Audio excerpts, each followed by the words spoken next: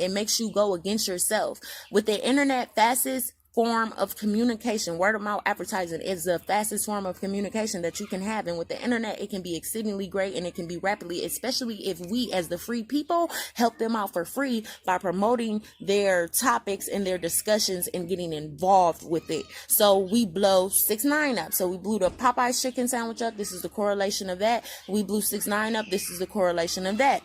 Now, since I'm 10 minutes into the video and I'm trying to get a lot in just to show you guys what correlations that I did have, to show you that it is my idea and to keep you guys woke and to keep you guys ahead of the game, because right now your government is holding a whole one world currency slip document that I wrote out myself. I basically handed it over, but I did what I did and I set a paper trail. And there's too many people out here that know that this is my idea, that are connected through email, that are connected through social media platforms and everything. They already have been seeing me. They've been viewing me for 3 years, so they know that this is my idea because they are signed up to it. So you imagine a long line of people being owners or having ownership to the document of technology that I built. If something ever happened to me, those people would actually go into an uproar, and then you guys would really find out the truth.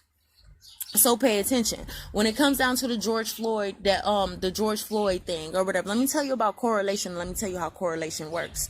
When you see something and there's an idea of racism in your country that has been taught to you about slavery, it's been taught to you that white privilege exists, that if you're not white, then you have to try 10 times harder and you have to be 10 times smarter and you have to do this and you have to do that. So they already know how your mind works when it comes down to racism, because they've implanted slavery in your mind for years, for the duration. This is actually a generational curse. Reason being why slavery being in history books and slavery being broke down the way that it is to the children is a curse is because it never ever really talks about triumph. All it talks about defeat. It only talks about who's getting beaten, who's getting whipped, how they had to run away, how they would chop off their limbs, and how they were having sex with the daughters and they were raping the men.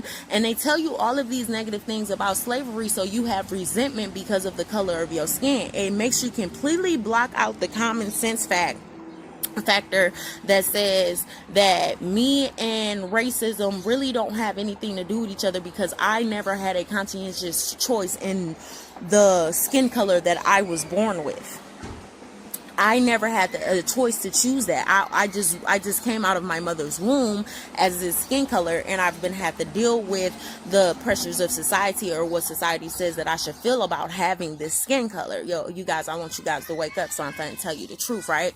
So now there's an election going on, and they know it's an election going on, and racism exists, and they know to play on your feelings of racism. And this is actually coming from the Democratic Party. What I truly believe, I believe Trump has a copy of it. And I also believe that someone in the Democratic, in the Deep South Democratic Masonic Party has a copy of the document. So I believe that I believe that the United States government has a copy of the document, and I believe that some really, really bad people have a copy of the document. And these are the people that are behind the Black Lives Matter movement. These are the people that are behind the protesting and the rioting and the setting you up with bricks. If you see a pile of bricks, it's a psychological warfare. If it says, hey, I'm angry because they're racist and they're treating me wrong, even though I may not have been treated personally wrong or injustices towards any white people, but since I'm colored and this is the color of my skin, now I have to feel a way. So if I'm angry and I have somebody to come off and set a catalyst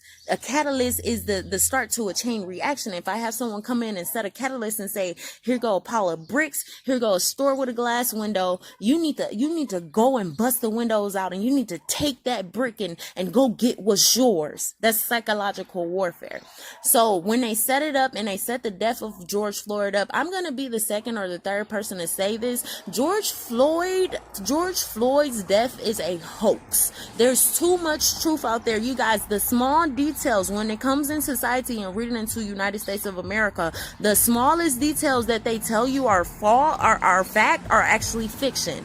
Or no, the smallest details that you think are fiction are actually facts. And that's how the United States plays on your mind. Psychological warfare has been around ever since Hitler. That's how Hitler was able to rise up. Whole time he was killing Jews, they were in school saying, "Hail Hitler, praise Hitler, bless Hitler, bless Hitler." Even though he was causing a bunch of people to die unjustly, people were still hailing Hitler, because back in those days, if you want to go look it up, there's a thing that the Nazis were actually studying with the human mind. They were doing electroshock therapy. They were doing MK Ultra, as they call it, and stuff like that. So there was that, the thought process of mind or psychological warfare was there ever since Hitler days. So when it comes down to George Floyd, so I take racism and then I take a series of black people. They gave you Breonna Taylor, then they gave you Ahmaud Arbery, and then they gave you George Floyd. And George Floyd, you know, they say 3 strikes you're out. So the first strike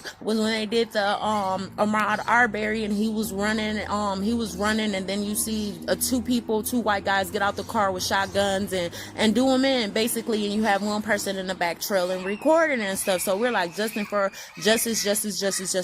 Now we're on the internet saying justice for Ahmaud Arbery. So this is how we feel. This is starting the connective feeling of having resentment of racism, because why would you do this to a black man that was just running down the street? And why would you record it? And why are you so evil? Why is the white man so evil? Even though it was only those 3 white men that did it, we now have the psychological mindset to say, I don't trust no white man, because white men are all racist, because Trump's racist and everybody that's white is racist.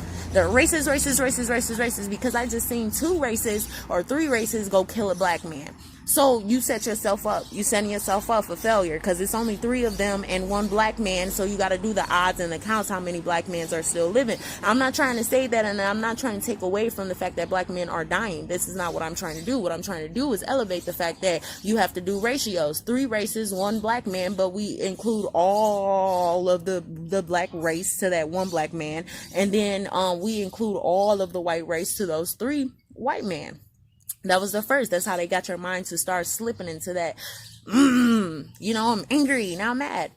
So we turn around, we do Breonna Taylor. Now this is a woman from the community that the police officers, they had the wrong house. They had the wrong house, and they shot her, and they video recorded it, him shooting the girl and her not having any weapons and things of that nature. That was the second case. Now it's a woman. Now I'm really mad, because this is a black woman and it is injustice, and the police are wrong, and they knew that they had the wrong house, and they knew all of this stuff. So now I'm angrier than I was before at the Ahmaud Arbery case, and this is broadcasted right afterwards, right? So this is the second strike.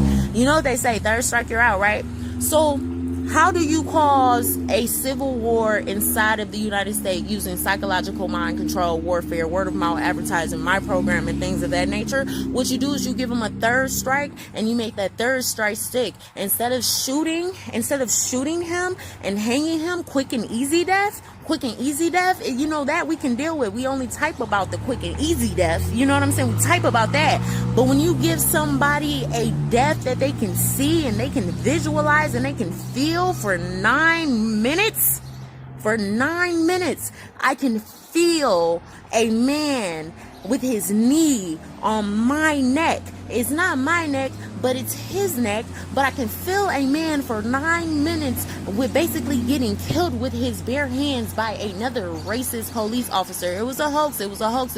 Look at the badge, look at the camera angles, look at the people that was on the one side, the angle it was caught, and then the people on the other side and the angle that it was caught, and stuff like that. Those are tricks that the cameraman and the media use all the time.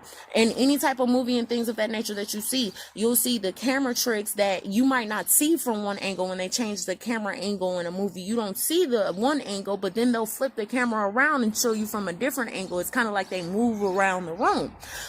So what they did was they hoaxed his death. They got you guys riled up because it was 9 minutes with your knee on your neck. And then one thing that the people are saying, and I totally agree, whenever I was in a situation where I couldn't breathe, if I couldn't breathe, I couldn't talk.